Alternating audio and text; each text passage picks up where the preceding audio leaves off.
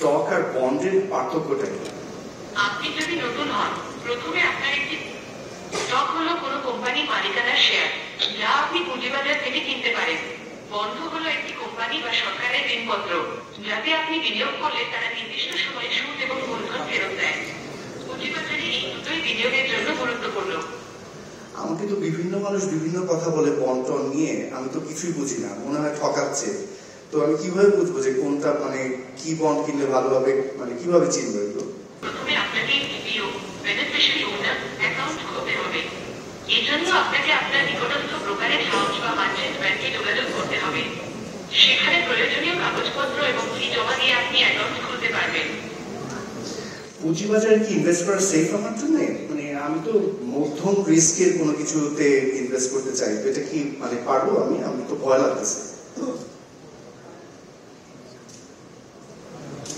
আপনার জন্য পুঁজিবাজারে বিনিয়োগ নিরাপদ হতে পারে যদি আপনি সঠিকভাবে তথ্য সংগ্রহ করে এবং একটি সতর্ক পরিকল্পনা নিয়ে এগিয়ে যান। মধ্যম ঝুঁকিপূর্ণ বিনিয়োগের জন্য আপনাকে বিভিন্ন সেক্টরে বিশ্লেষণ করে এবং ভালো ডিভার্সিফাইড পোর্টফোলিও তৈরি করতে হবে। আপনি চাইলে অভিজ্ঞদের পরামর্শ নিয়ে বিনিয়োগ করতে পারেন। আমার তো ভয় লাগে একটু, ভালো ভালো আসল ইনফরমেশন কোথায় যে পাবো?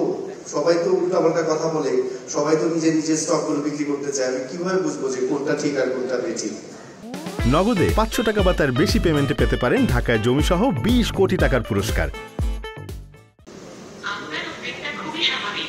বিশ্বাসযোগ্য তথ্য পেতে হলে Bangladesh securities and exchange commission BSEC এবং ঢাকা স্টক এক্সচেঞ্জ BSE এর অফিসিয়াল ওয়েবসাইট থেকে তথ্য সংগ্রহ করতে পারেন। এছাড়া বিভিন্ন ফিনান্সিয়াল নিউজ পোর্টাল এবং স্বীকৃত মার্কেট অ্যানালিস্টদের থেকে বাজার বিশ্লেষণ করে নিন।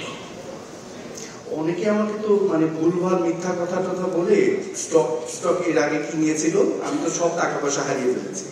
তো এগুলোর কমপ্লেন জমা দিতে চাইলে কোথায় যাবো? আপনার ক্ষতির কথা শুনে মন খারাপ হলো।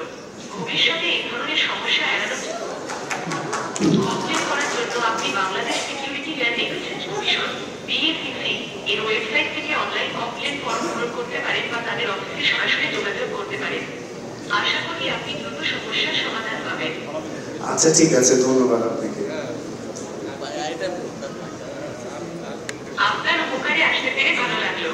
যদি ভবিষ্যতে